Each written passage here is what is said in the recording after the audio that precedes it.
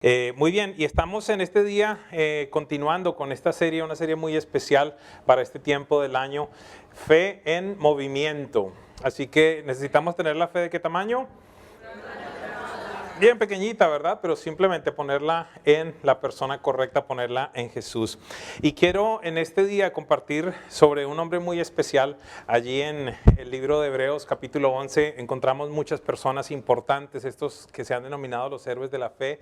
Y vamos a estar hablando hoy sobre Moisés, por lo menos qué sucedió en torno a su nacimiento y qué decisiones tomaron algunas personas que estuvieron allí envueltas en este proceso de que Moisés viniera a existencia. Así que vamos por favor al libro de Hebreos para estudiar lo que nos dice sobre este hombre.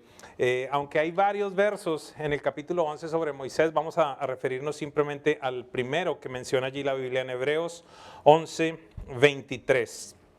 Hebreos 11:23. Por la fe, Moisés, recién nacido, fue escondido por sus padres durante 3 meses porque vieron que era un niño precioso. Por eso dígale de nuevo al del lado, te ves muy lindo.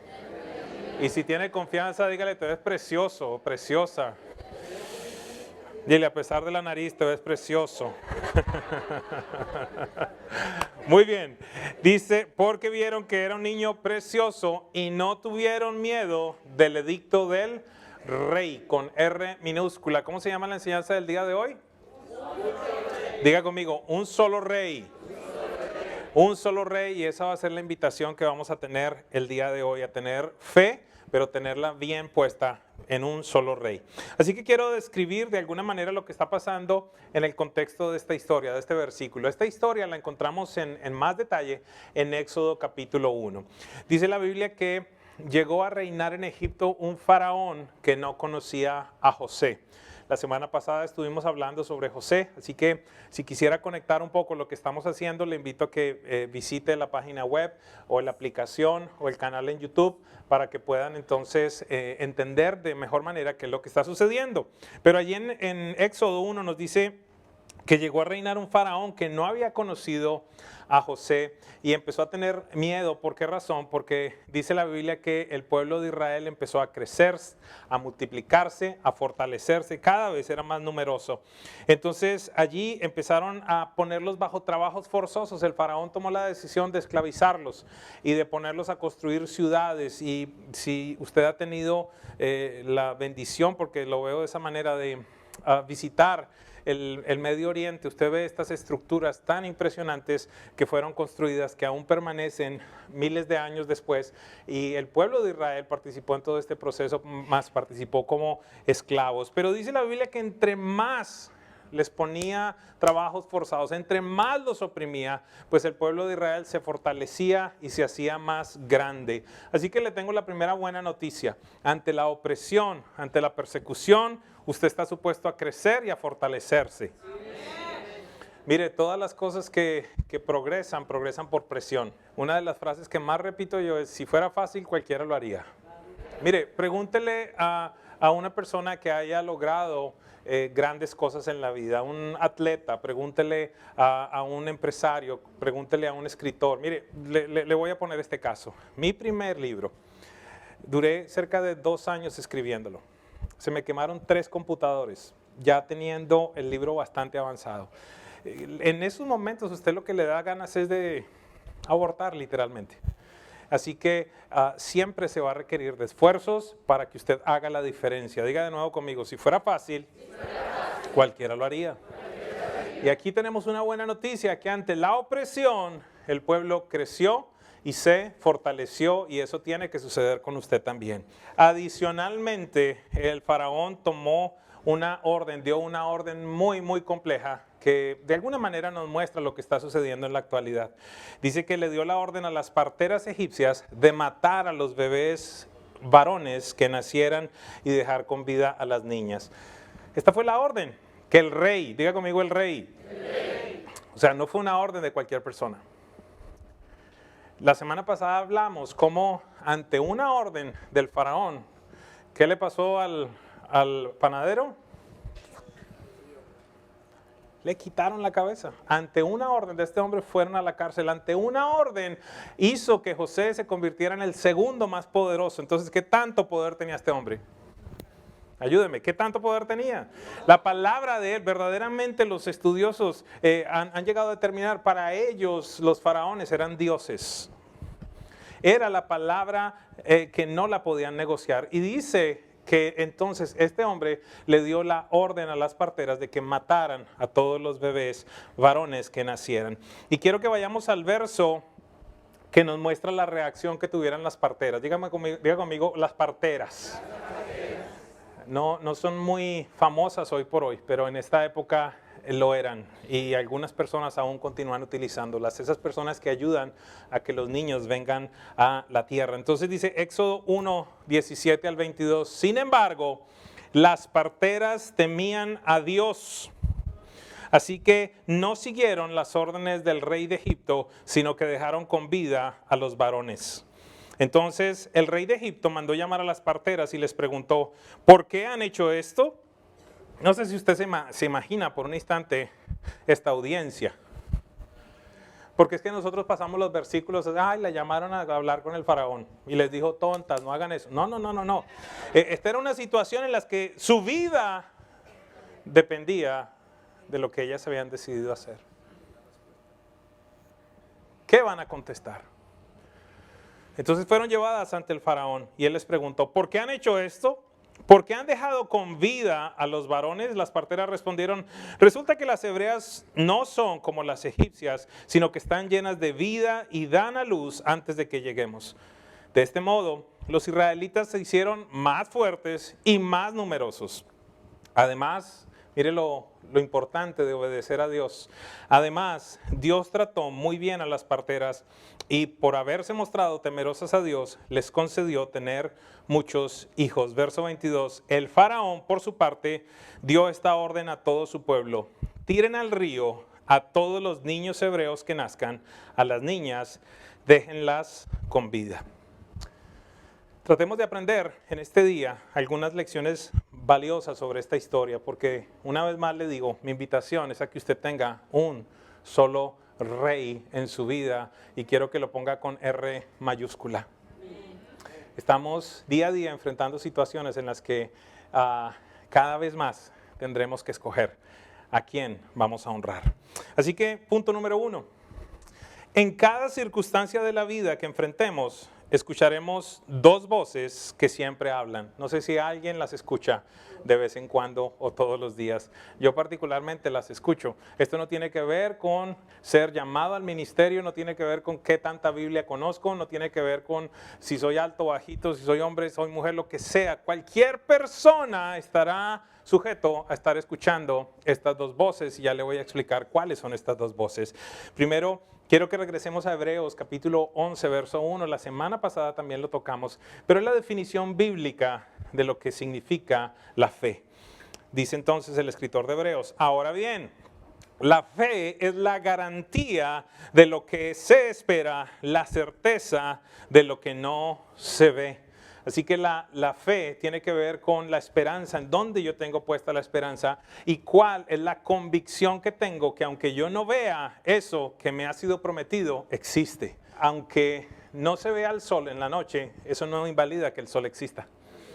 Y aunque tú no hayas visto tu promesa cumplida, eso no invalida que la promesa exista y que Dios sea fiel.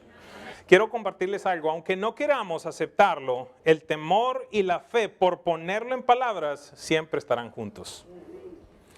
De alguna manera, el temor es como una sombra que sigue a la fe. Es un enemigo inseparable que nos acompañará en nuestro diario vivir. No le estoy maldiciendo, no estoy diciendo, como dicen en algunos países, no le estoy diciendo ave de mal agüero, o no le estoy echando sal, le estoy contando la realidad de la vida. Siempre escucharemos dos voces. A mi manera de ver, la definición de fe y de temor es exactamente la misma. Se las comparto. La definición de fe y la definición de temor, exactamente lo mismo. ¿Por qué? Porque es tener la certeza de que lo que no ha sucedido, sucederá.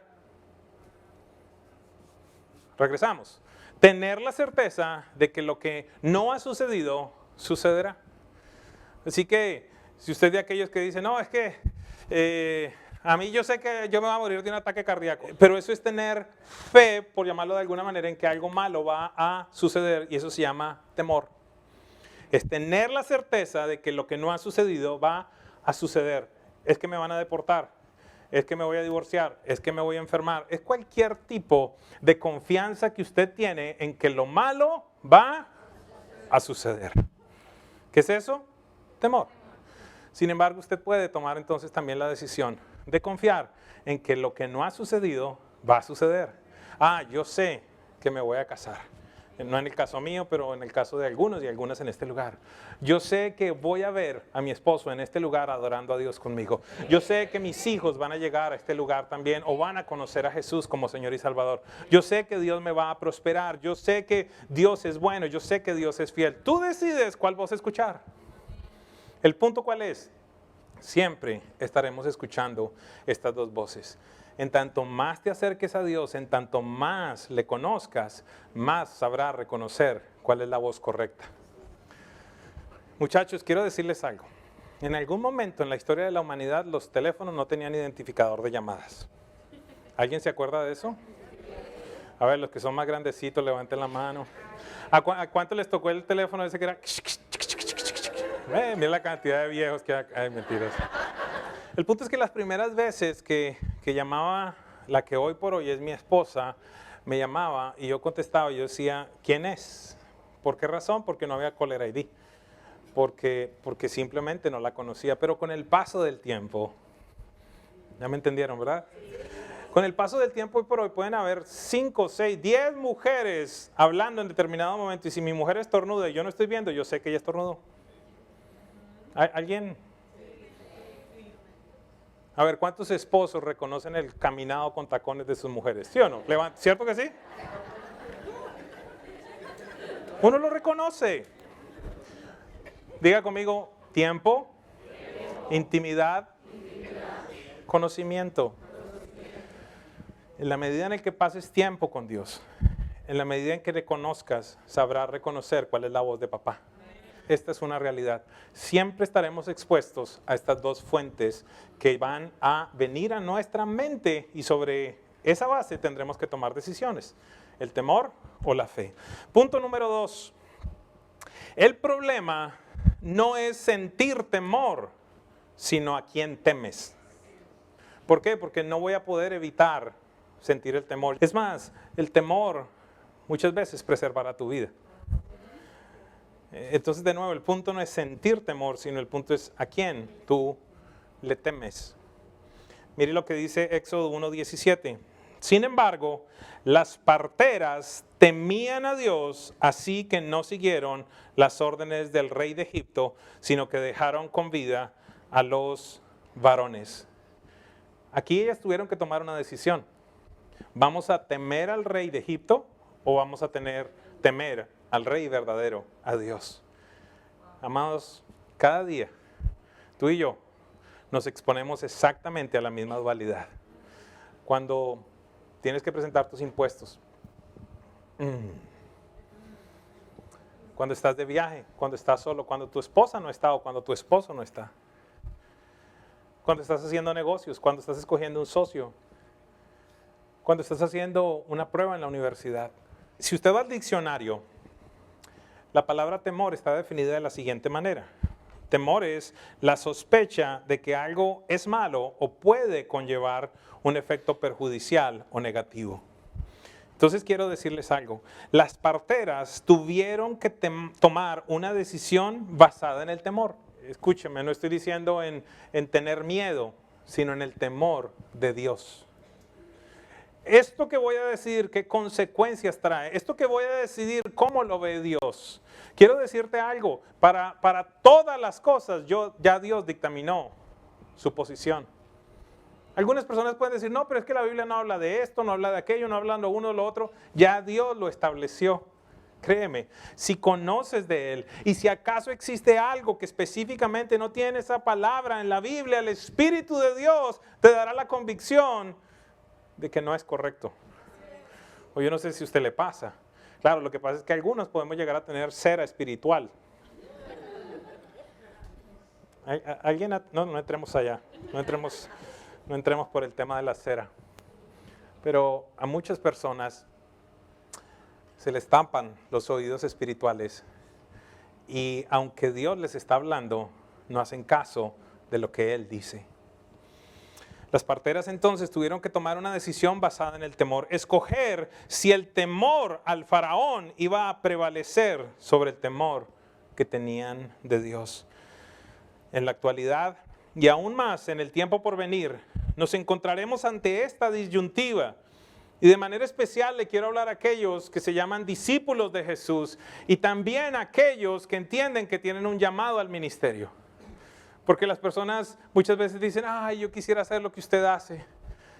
Ok, no hay problema, si Dios te llamó a hacerlo, hazlo, pero hazlo con pantalones. Hazlo de verdad. Sé fiel a la palabra. No estés simplemente negociando según las tendencias del mundo. La prédica del día de hoy es factible que incomode y incomodará de manera especial a aquellos que son más jóvenes en algunos casos. ¿Por qué razón? Porque son los que más han estado expuestos a nuevos pensamientos como el posmodernismo, como la modernidad líquida, que cada vez más los empujan y los llevan a concluir que no existen verdades absolutas, sino que simplemente vamos a hacer lo que dice el corazón. Si está bien para ti, si consideras que está bien, entonces yo no soy nadie para discriminarte o no soy nadie para decirte que es incorrecto. Quiero decirte algo. La Biblia nos manda a que nosotros juzguemos. Ahí usted ve la respuesta. Ay, pero es que Jesús no predicó del amor. Él no predicó del amor, Él es amor. Pero también es verdad. Juan 1:14, y vimos su gloria, gloria como el unigénito del Padre, lleno de gracia y lleno de verdad. Tú no puedes, si eres un discípulo verdadero, no puedes separar la gracia, pero tampoco puedes separar la verdad. Cuando tú eres un discípulo de Jesús, comillas, y solamente te quedas en la verdad, te conviertes en un legalista. Te conviertes en una persona con una justicia muy alta que anda condenando a todo el mundo. Cuando eres un discípulo, comillas, de Jesús y solo andas en la gracia, te conviertes en un pervertido. Dice la Biblia, no utilicen la gracia para pecar. Entonces hay un evangelio que se está levantando ahorita de no, ya todo, Jesús lo pagó todo en la cruz. Es cierto, lo pagó todo en la cruz, pero tú tienes que reconocer tus pecados para que sean perdonados. Y hay gente que vive supuestamente como seguidores de Jesús, como discípulos de Jesús, que hacen cosas que Jesús dijo que no se hicieran, pero ellos están bien haciéndolas porque Jesús ya pagó por todo. Dice la Biblia que algunas personas pisotean la sangre de Jesús con su comportamiento en el libro de Hebreos. Cada vez más entonces nos encontraremos ante la disyuntiva. Y de manera especial aquellos que estamos dedicados a predicar la palabra de Dios. Tendremos que decidir si el temor a ir a la cárcel, a ser demandados, a ser tildados de personas que odian, que no toleran o que discriminan, es mayor al temor de predicar y defender la palabra bendita y preciosa e inmutable de Dios. El apóstol Pedro dice en su epístola, llegará el momento en los que algunos predicarán para satisfacer su propia carne. Y tratarán de convencer a los otros de que lo que hacen es correcto. Mujer, asegúrese que su marido le rinde cuentas a alguien. No, es que el Señor es mi pastor. Sí, ¿y aquí en la tierra quién? ¿Aquí en la tierra quién? Mire, esto le va a doler a alguno. Si usted es de aquellos que no rinde cuentas, en usted está la simiente de Satanás. Porque eso fue lo que Satanás quiso hacer. Yo me levantaré. La simiente de Satanás es una simiente de independencia, de no rendir cuentas. Alguien tiene que escuchar eso en este día. Tú no puedes andar por la vida haciendo lo que se te da la gana. De la misma manera tampoco puedes tener autoridades que te controlan y no te dejan escuchar del Espíritu Santo. Pero requieres tener autoridades saludables.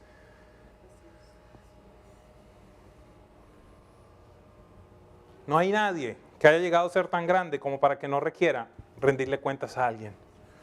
Jesús, ¿qué dice? Jesús dice, nada hago por iniciativa propia. Como oigo, juzgo y mi juicio es justo porque no hago mi voluntad, sino la voluntad de mi Padre. Ese es un verso que deberíamos meditar mucho. ¿Quién juzga en tu vida? ¿Quién dirige tu vida? ¿A quién tú le rindes cuentas? Así que tendremos que decidir si el temor de ir a la cárcel o de ser demandados o ser tildados de personas que odian o que no toleran o que discriminan es mayor al temor de predicar y de defender la palabra de Dios. Quiero decirte algo, esta no es una situación nueva. Ante la prohibición de predicar el evangelio de Jesucristo y ser llevados ante las autoridades, los apóstoles nos enseñaron qué se debía hacer.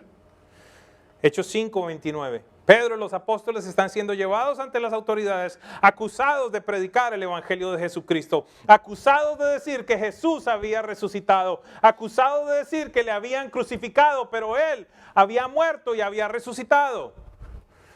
El gran pecado que tenían, ¿cuál es? Predicar la palabra de Jesús, predicar la verdad de la resurrección.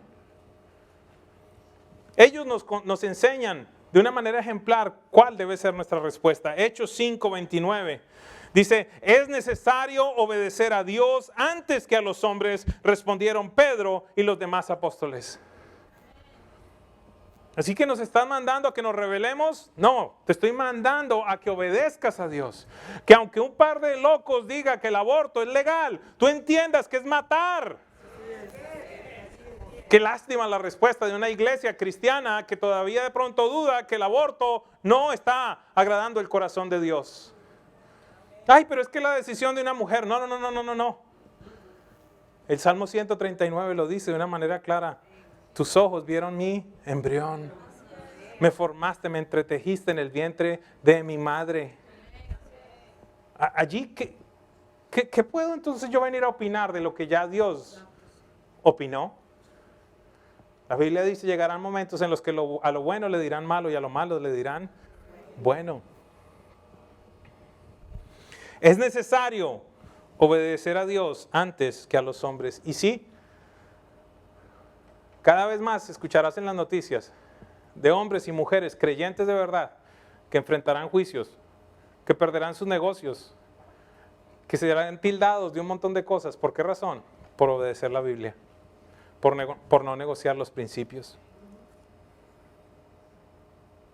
Yo no concibo un médico que hace un juramento hipocrático, Gina, en el cual parte del juramento es preservar la vida humana. Y entonces, ¿qué tenemos que hacer? ¿Aislarnos? No, somos la sal, somos la luz. Pero la Biblia dice, pero si la sal pierde su sabor. Yo creo que hoy por hoy la iglesia está llena de discípulos, entre comillas, insípidos. Creyentes insípidos, creyentes que no salan, sino que han perdido el sabor. Y Jesús dice que ese tipo de personas no sirven para nada, sino para tirarla y pisotearla. Obedecer a Dios, al Espíritu y a las enseñanzas de Jesús no siempre será fácil, ni mucho menos deleitoso. Hechos 5, 40 y 41 nos muestra lo que sucedió después de que los discípulos dijeran, no está bien obedecer a los hombres antes que a Dios. Entonces llamaron a los apóstoles y luego de azotarlos, les ordenaron que no hablaran más en el nombre de Jesús. Después de eso los soltaron. Yo no sé si ustedes conocen, pero ya han habido intentos en algunas legislaturas, en algunas ciudades, en algunas alcaldías, de exigirle a los pastores que presenten los bosquejos antes de los domingos para que los alcaldes sepan que van a predicar. Y este lugar es un lugar sagrado. Aquí no hay alcalde, aquí no hay Corte Suprema, aquí no hay nada que esté por encima de Dios.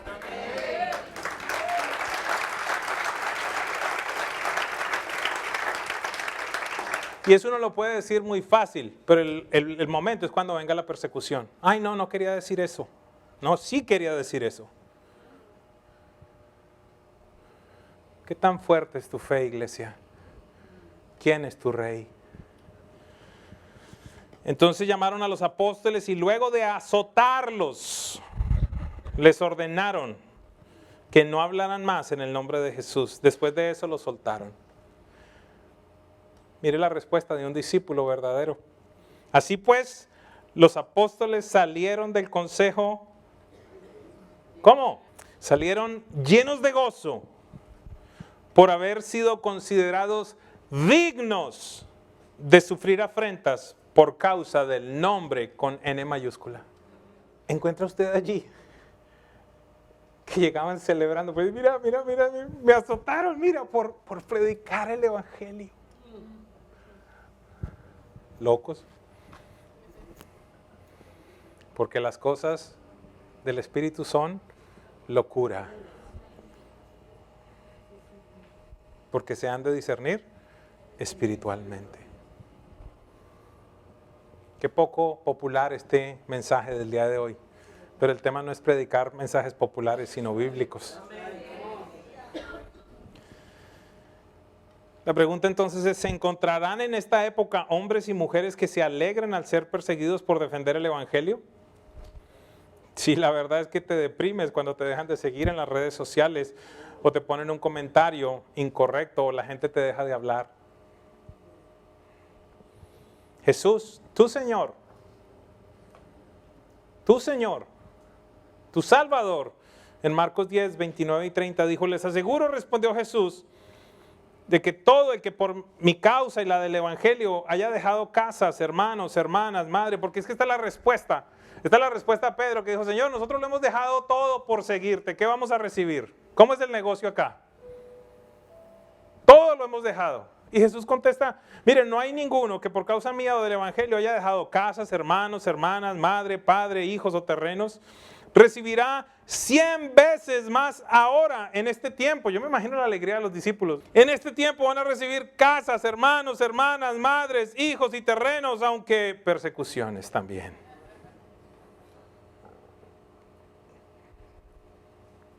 Jesús lo advirtió. Jesús lo dijo. Y en la edad venidera, la vida eterna. Punto número 3. Iglesia, necesitas ver como hermoso lo que Dios te ha dado o dicho que debes hacer para estar dispuesto a enfrentar a otro que no sea el verdadero rey. Te lo voy a explicar. Tú necesitas ver la hermosura en el sacrificio de Jesús. Tú necesitas ver la hermosura en la palabra de Dios. Tú necesitas ver la hermosura en la gracia que Él ha tenido sobre ti y sobre mí. Tú necesitas ver hermoso el decir, en una época como esta me permitiste nacer, cuando la gente está desenfrenada, cuando la sociedad dice las cosas que van en contra tuya, para este momento yo nací. ¿Hay alguna Esther en este lugar? Dios no se equivocó. Deja de estar hablando que el tiempo pasado era mejor. Nada que el tiempo pasado era mejor. Dios te hizo nacer para este momento.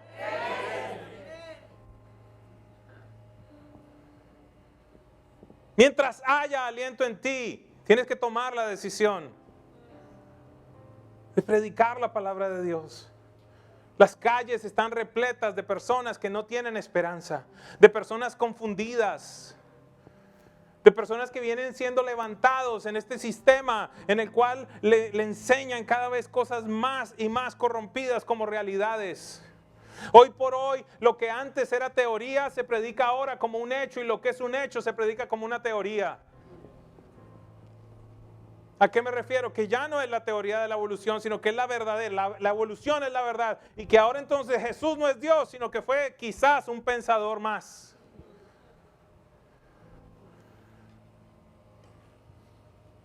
¿En quién decidiremos poner nuestra esperanza, iglesia?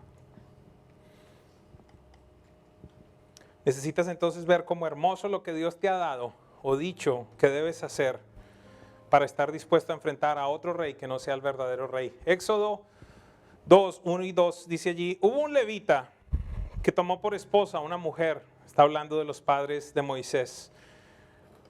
Verso 2, la mujer quedó embarazada y tuvo un hijo, y al verlo tan hermoso, lo escondió durante 3 meses. Esta gente también, no se lo puedo poner de otra manera porque fue lo que pasó. estuvo dispuesto a desobedecer una orden de un gobernante impío por tener temor a Dios. ¿Por qué razón? Porque aquí no dice porque era su hijo, porque era hermoso.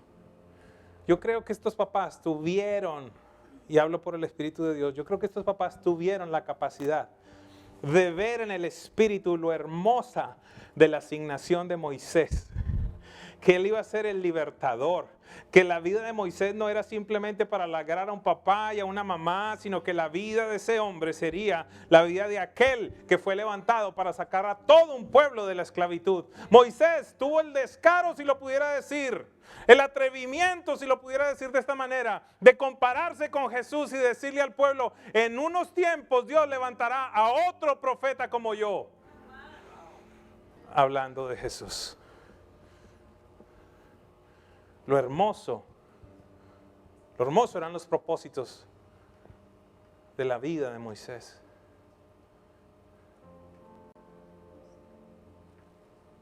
Mi esposa tomó la decisión de que apoyáramos a una fundación aquí en Miami que se llama Heartbeat of Miami. Y esta es una mujer como una partera de estas. Esta es una mujer como estos papás. Ha interrumpido 42,000 abortos solamente aquí en Miami.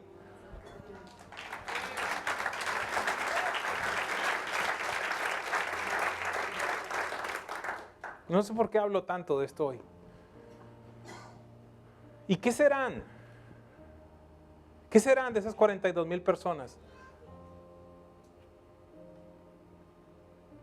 Y te lo voy a poner aún mucho mejor. ¿Y qué si tu mamá hubiese decidido abortarte? No sé qué tan de acuerdo estarías por el aborto. Solo estoy hablando de un punto el día de hoy. La pregunta entonces, iglesia, es: ¿consideras precioso el reino de Dios? ¿Consideras que es digno de sacrificio, que vale la pena luchar por defenderlo? ¿Consideras que es digno de tu sacrificio tener un solo rey en tu vida, que lo que Él ha decretado sea lo que te mueva, por lo que vivas y para lo que vivas? Esta es una de esas prédicas que convierten a los creyentes en discípulos. Algunas personas quizás necesitarán recibir a Jesús como Señor en este día, a pesar de haber estado en la iglesia muchos años. El apóstol Pablo lo resumió de una manera excepcional. Filipenses 1:21, él dijo: porque para mí el vivir es Cristo y el morir una ganancia. Pero mi vida, si no la vivo para Él, no es vida. Y entiéndeme, por favor. Con esto no te estoy diciendo que te vuelvas una monja, un sacerdote, no te estoy diciendo eso. Lo que estoy diciendo es que seas un hijo, una hija de Dios que tiene la mentalidad del reino y que donde quiera que va, establece el reino. En los ambientes de negocio, en los ambientes de la medicina, en los ambientes del deporte, en los ambientes de la comunicación. No te estoy diciendo que te vuelvas un mojigato, que andes con una Biblia o escuchando una emisora todo el tiempo. No se trata de eso. Se trata de que, como dijo el apóstol Pablo, ustedes son cartas para nosotros, ya están escrito el evangelio en el corazón. Que tú puedas ser ese evangelio andante. La pregunta entonces para cerrar es: ¿en verdad el vivir para ti es Cristo? En la vida de un discípulo verdadero de Jesús no puede haber más de un rey. Él es Rey de reyes y Señor de señores. Te estoy diciendo en este día que odies, que persigas, que no tengas amor y compasión. No te estoy diciendo nada de eso. Jesús nos lo dejó saber para que, hablando la verdad en amor, dice el libro de Efesios, crezcamos en todos los aspectos en aquel que es la cabeza, es decir, Cristo. Ante el joven rico, que tenía un amor desbordante por las riquezas, dice la Biblia, Jesús mirándole, le amó y le dijo: la razón por la que tú no dices es porque no amas. Lo vuelvo a hablar. La razón por la que tú no dices es porque no amas. Tú no amas a los perdidos, por eso no les dices. Pero Jesús dice en la Biblia que recorría las aldeas, que tenía compasión de él porque las veía como ovejas que no tenían pastor. Un creyente que no evangeliza, yo no creo que se pueda llamar creyente. Porque básicamente lo que tú le estás diciendo a Dios es, ¿sabes qué? Me da lo mismo que este se vaya al infierno o que te conozca. Amados, no necesitas ser un teólogo. Lo único que necesitas es compartir tu vida. Faru, qué bueno que hayas utilizado el aniversario de tu enfermedad para dejarle saber a la gente. Para algo utilicemos las redes sociales de manera correcta. Muestra tus cicatrices y déjale saber a la gente cómo Dios te sanó. Déjale saber que Él es bueno, que Él es fiel. Estamos en un lugar en el cual no hay desesperanza, está lleno de desesperanza, perdón. La gente camina sin esperanza. Y por eso trata de buscar esperanza en los hombres, en las mujeres, en las drogas, en la fama, en X, en Y, en cualquier tipo de sustituto. Cuando solo hay uno que les puede dar la esperanza. Solo hay uno que les puede dar el propósito. Solo hay uno que les puede dar la paz que tanto necesitan. En la epístola de Judas, por si acaso lo aclaro, no estoy hablando de Judas Iscariote, estoy hablando posiblemente de uno de los apóstoles. No se tiene certeza si acaso es él. Pero él escribe una epístola, posiblemente también hermano de sangre de Jesús, por la manera como se presenta. Él se presenta como hermano de Santiago, de Jacobo. De él se sabe que era hermano de Jesús. Y se presenta diciéndoles lo siguiente en el versículo, voy a leer el versículo 3, 4, 8, 17 y 23. Esa epístola tiene un solo capítulo. Dice, queridos amigos, con gran anhelo tenía pensado escribirles acerca de la salvación que compartimos. Sin embargo, ahora me doy cuenta de que debo escribirles sobre otro tema para rogarles que defiendan la fe que Dios ha confiado una vez más y para siempre en su pueblo santo. ¿En quién confió la fe? ¿En quién confió la fe? ¿Y qué es lo que dice el apóstol que tenemos que hacer? Defenderla. Les digo esto porque algunas personas que no tienen a Dios se han infiltrado en sus iglesias diciendo que la maravillosa gracia de Dios nos permite llevar una vida inmoral. La condena de tales personas fue escrita hace mucho tiempo, pues han negado a Jesucristo, nuestro único dueño y Señor. De la misma manera, estos individuos que pretenden tener autoridad por lo que reciben en sus sueños, llevan una vida inmoral, desafían a la autoridad y se burlan de los seres sobrenaturales. Verso 17, pero ustedes, mis queridos amigos, deben recordar lo que predijeron los apóstoles de nuestro Señor Jesucristo. Ellos les advirtieron que en los últimos tiempos habría gente burlona cuyo objetivo en la vida es satisfacer sus malos deseos. Estos individuos son los que causan divisiones entre ustedes. Se dejan llevar por sus instintos naturales porque no tienen al Espíritu de Dios. Pero ustedes, queridos amigos, deben edificarse unos a otros en su más santísima fe. Orar en el poder del Espíritu Santo y esperar la misericordia de nuestro Señor Jesucristo, quien les dará la vida eterna. De esta manera se mantendrán seguros en el amor de Dios. Y aquí en el verso 22 quiero resumir toda esta prédica porque aquí Él nos dice qué es lo que tenemos que hacer con todas estas personas. Deben tener compasión de los que no están firmes en la fe. Rescaten a otros arrebatándolas de las llamas del juicio. Incluso a otros muéstrenle compasión, pero háganlo con mucho cuidado, aborreciendo los pecados que contaminan la vida de ellos. Yo no creo que pueda ser más claro. Esta tiene que ser una casa donde mostramos el amor, la gracia. Estamos supuestos entonces a ser una iglesia de amor, pero a la vez tenemos que ser una iglesia de verdad. Tenemos la encomienda de nuestro Señor de decirle a las personas, mira, te amamos tal como estás, pero estas áreas de tu vida según la palabra de Dios, no son correctas. Vivamos una vida tan santa como si Jesús regresara hoy, pero planeemos como si regresara en 5, 6, 15 siglos, yo no sé en cuántos. Pero vivamos como si Él viniera hoy.